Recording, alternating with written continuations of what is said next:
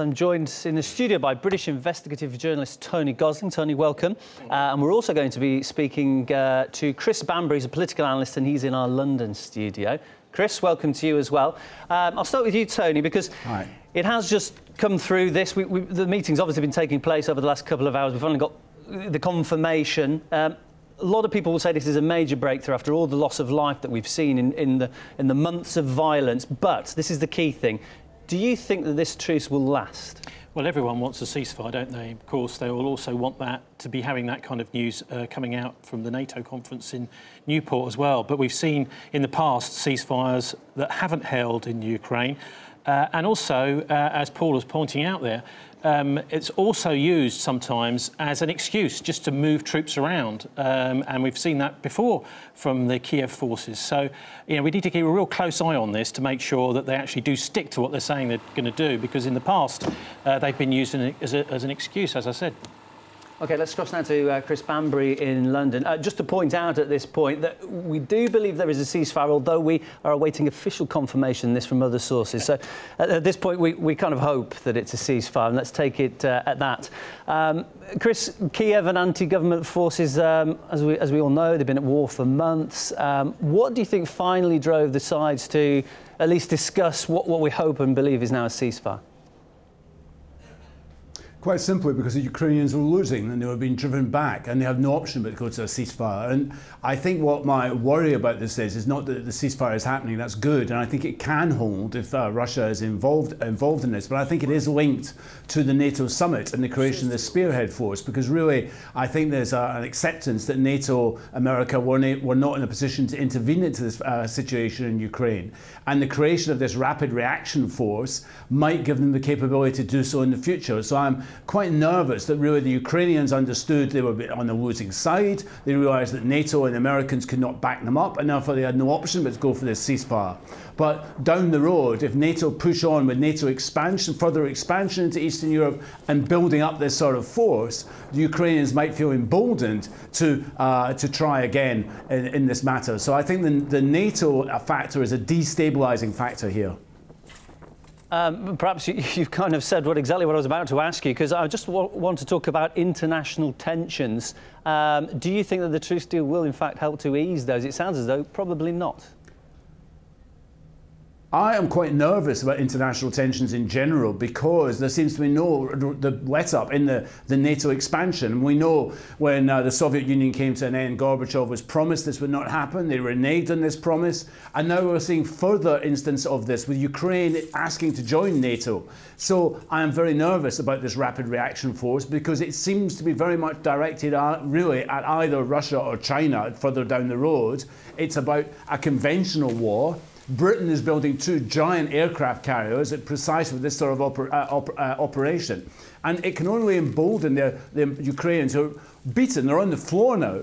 But, you know, in 6 months, a year's time, especially if Ukraine joins NATO, they might feel they've got the safety of their umbrella, therefore to relaunch a second round. And in Moscow, there must be real nervousness about what NATO are doing here. OK, Chris, thanks for your thoughts there. We'll come back to you in a moment. I just want to go back to Tony. As we know, ahead of these peace talks, it was kind of prompted to an extent by President Putin's proposal. I think it was a 7-point peace plan that he put forward. Do you think that this played a big part in getting to what we believe now could be the ceasefire? Well, partly, but I think we've also got to pay attention to the language NATO are using here. Any military person will know that a Spearhead force is an attack force. NATO has turned itself from a defensive organisation, at least that was how it was set up after World War II, into an offensive organisation. And also what we're seeing is the creation, slowly, of a NATO army. Now, that really bothers me, because NATO is not a democratic organisation. How is this going to be organised? Is every single individual parliament going to have to be asked every time NATO wants to do something? What's happening is we've got what I suppose you could call mission creep, is that NATO is starting to make the decisions. Ordinary politicians, our democratically elected representatives, those decisions are drifting away from them. And so we've got actually quite a dangerous force building up here, which is starting to lose any kind of real democratic control behind it. And the use of the word spearhead, I think, is very, very significant. Let's not pretend this is a defensive force. A spearhead is an attack. OK, we've heard a lot of harsh words. It's not been going very long, the summit in Cardiff, but we've heard a lot of harsh words, a lot of rhetoric coming out of there. And you can tell that a lot of that is actually pointed towards Russia. It's pretty apparent. Let's just have a quick listen to what's been said by some NATO officials. Russia's actions, Russian troops, russischen Präsidenten, is ripping up the rule book with its annexation of Crimea and its troops on sovereign soil. So we hear the rhetoric, but if in fact we do have a ceasefire involving the cessation of hostilities in the east, and what NATO is hinting at is involving Russia, then doesn't that take away the potential threat that they perceive? Well, isn't it interesting? The whole agenda is about Russia. We're hearing all the leaders there talking about Russia. We're not hearing about Israel, for example, that's just conducted a massive attack against Gaza, absolutely bulldozed the entire place. I would think if they're looking at some kind of agenda as the world police, which they seem to think they are, that would be a good place to start. Also in Donetsk, parts of that have been destroyed by military forces.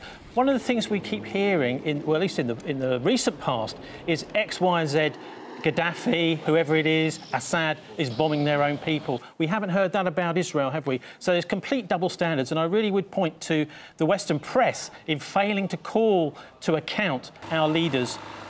Complete double standards and no criticism at all, it seems, of the Kiev forces or the Israel forces. So, you know, we need some balance from our press too. OK, let's cross back to Chris Banbury, who's in London. Chris, during Kiev's operation, residential areas across eastern Ukraine frequently shelled by Kiev forces. We've been showing the tragic video footage here on RT, all despite President Poroshenko promising civilians wouldn't suffer. Do you think that this is an issue that gets enough attention on the international stage? No, not at all. There's hardly been any reportage of the killing of civilians by artillery fire and airstrikes. And indeed, there's been no questioning of why we have seen no footage of the Malaysian airliner that came down. I mean, we were told that was shot down by the rebels. Why have we not seen this footage either? It all seems to be passing by. And we've had repeated phantom invasions being reported by the Western media, by the Russians of Ukraine, which never materialised. I mean, the whole story here, I do think it's correct. We should be looking at the media coverage of this war. But there's been a silence of this. But I also think when you look at what the NATO leaders are saying about Russia, I think their calculation is simply this. If you strip Ukraine away from Russia, then Russia remains a regional power, but not a world power. If Russia retains some influence in the region, it maintains itself as a world power. They want to see Russia brought down to become a regional power because it's not under their control, like China, like Iran or other countries. And I agree, I think what NATO is doing here is essential, and we're seeing this NATO summit is not the Europeans working in tandem with the Americans. It's very much the Americans and the lapdog British trying to lay down the law to the rest of Europe, particularly demanding the increased defence spending at a time of austerity. And it's an American initiative, this. And we know what the American agenda is around the world. Despite the relative economic decline, is to use their military power to copper fasten the hegemony of the world as the world policeman. Okay, that's Chris Banbury in London. Let's hear again from Tony Gosling, who's in the studio with me here in Moscow. I heard you reacting to something that Chris said there. I think it was when he was talking about the MH17 crash and the lack of footage there. Has that surprised you then, the lack of sort of attention that's been placed on that since it was such a major topic? Well, it seems to have been forgotten about, doesn't it? I mean, this is the appalling thing, particularly for the 400 victims' families and relatives and friends. We've had the black boxes have come to the UK. The black box, incidentally, most of them will contain a cockpit voice recorder. That will have the very, very important final conversations, the final minute or so of what happened to that Boeing airliner. And it certainly looks as if there may have been some kind of... it will tell us probably whether it was a cannon from a military jet that shot it down or whether it was a missile. We may well get some hint. But that's gone to London and we've heard nothing since. Actually, it will take about 2 days to release that to the public, to analyse it. What's happening is, I think, that the story is going in the wrong direction. The story is starting to point towards Kiev and possibly even NATO involvement in the shooting down of their aircraft. And, of course, that's why the story's died. That's why they haven't pursued it. I think that, you know, right now I'd like to call for a release of a transcript of that conversation and for a full release of the recordings like we had by the Malaysians from the previous airliner. OK, let's just talk a little bit more now about this rapid response force that NATO's setting up. Of course, for that to be set up, there has to be a good reason for it. The alliance, therefore, has been looking for some evidence. And I think we can just have a quick listen to something that's been coming out of some of the news channels. This tank, Ukraine's interior minister says, crossed over from Russia. Just one case of a news channel. They've been looking to accuse Russia of sending tanks to Ukraine. The content of videos and others like that, they remain unconfirmed. As to whether there's anything more solid, well, last month we also saw NATO release these images. Now, this is what NATO said proves that the Russian military is a threat and that it was involved in Ukraine. Russia's defence ministry has called those pictures a hoax. And now what we've got is the Russian embassy. This is in the United Arab Emirates, and it's propped the reliance up, you might say, with some tongue-in-cheek evidence. Here it is. And, yeah, these may be just toy tanks. It's pretty clear when you see it up close. But it's a tweet from a diplomat who says that the photos there are just as convincing, in their opinion, as the images released by NATO. So, Tony, I mean, it's got to this point, hasn't it? There's a lot of serious conversation, a very serious subject, but it's got to the point where people are bringing levity into it because, in their opinion, in some diplomats' opinions, this is ridiculous what we're seeing. Well, most people watching NATO down in Newport will be wondering, why can't we have some peace? I mean, what have these people got to do with us? A lot of people who live in South Wales feel like there's some kind of people from outer space have arrived, a massive sort of fortress has been created. Why would there be any kind of need for such a fortress? Who would be after NATO? What are we doing? The fact of the matter is, I think, what's the people who are really calling the shots are, first of all, the military-industrial complex themselves, who NATO represents. That's the big arms companies, the big private arms firms. I mean, they are making an absolute fortune out of, for example, the wars that followed the Arab Spring. They're selling a lot of their military equipment. And they actually, you know, in order for military companies to thrive, the ammunition needs to be used. It needs to be replenished. Unfortunately, there are people that want war, and those people are the people that are making money from the arms industry. But then there's also, of course, the banksters, the people who've run away with our money after the bank bailouts in 2008. And I actually think that there's very little democratic input anymore from ordinary people voting once every 4 or 5 years. They don't feel that NATO represents them at all. OK, I'm interested that you mentioned money. I'd like to stick on that theme. Let's cross back to Chris Banbury in London. Chris, just yesterday we had NATO deciding to donate 15 million euros to Ukraine, along with broad military support. If, as indeed as we believe we're looking at, we're talking about a ceasefire now, isn't the timing of that particularly strange? I think it is particularly strange. I think it's rather sinister, actually. It goes back to my point that the Ukrainians are on the carpet, but this rapid reaction force, the money that NATO is putting into Ukraine, Ukraine's application to join NATO, all of this could mean that 6 months down the road, a year down the road, the situation could be very different and Ukrainians could be prodded to launch some sort of adventure, rather like we saw with Georgia, if you remember, in 2008. But I also have to add, I mean, this summit is taking place in a very poor town in Wales, Newport, which has been really hit by the recession which followed the financial crash of 2008. And yet we have these political leaders led by David Cameron demanding European governments, many of whom are only just beginning to emerge from a dreadful recession, demanding they increase military spending. I mean, you know, for people in Newport watching their social services being cut, watching benefits being cut, who've suffered a fall in living standards of some 10% since 2008, they must be wondering why it is that suddenly David Cameron is saying we need to spend more money on the military and on NATO when there's no money for anything else. Back to Tony Gosling. Tony, proposals to set up a permanent HQ on Russia's doorstep, which will worry a lot of officials in Russia. What would that mean for Europe, do you think? Well, I mean, let's look back into the 1960s to look when the Russians wanted to have missiles very close to the United States in Cuba. This is a provocation. Actually, if you want to keep the peace, what you do is you don't ramp things up. And you don't escalate, you don't have an arms race. We've got already the three main countries, that is the United States, Great Britain and Israel, creating a massive drones arms race.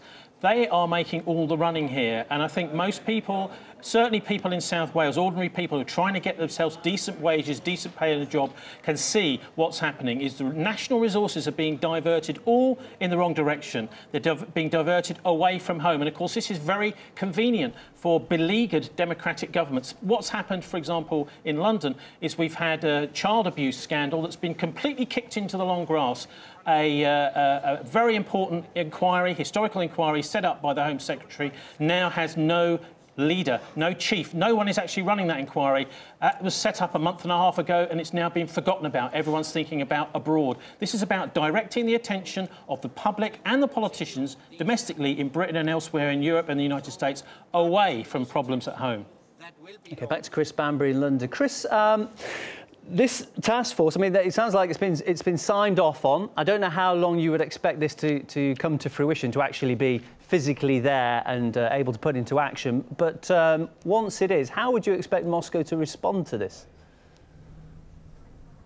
I think Moscow has to respond by escalating, and I think my colleague's right. There's going to be an arms race here, isn't there? Because faced with this coming on the border, literally on the border of Russia, centred in Poland, with warships in the Baltic and in the Black Sea, what alternative do the Russians have but to try and increase their military spending? And of course, we should remember that the West may be considering that an arms race was what actually finally brought down the Soviet Union, if you remember, in the 1980s, when Reagan in America ratcheted up military spending very, very high.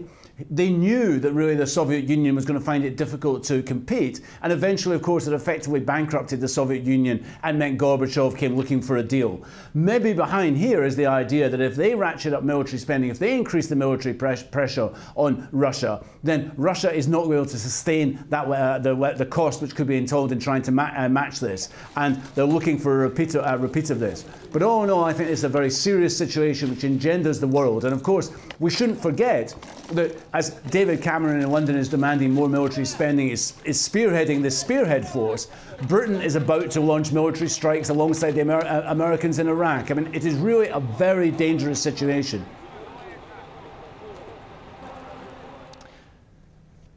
OK, I think we can say thank you very much then to our guests. That's Chris Banbury in London and Tony Gosling in the studio.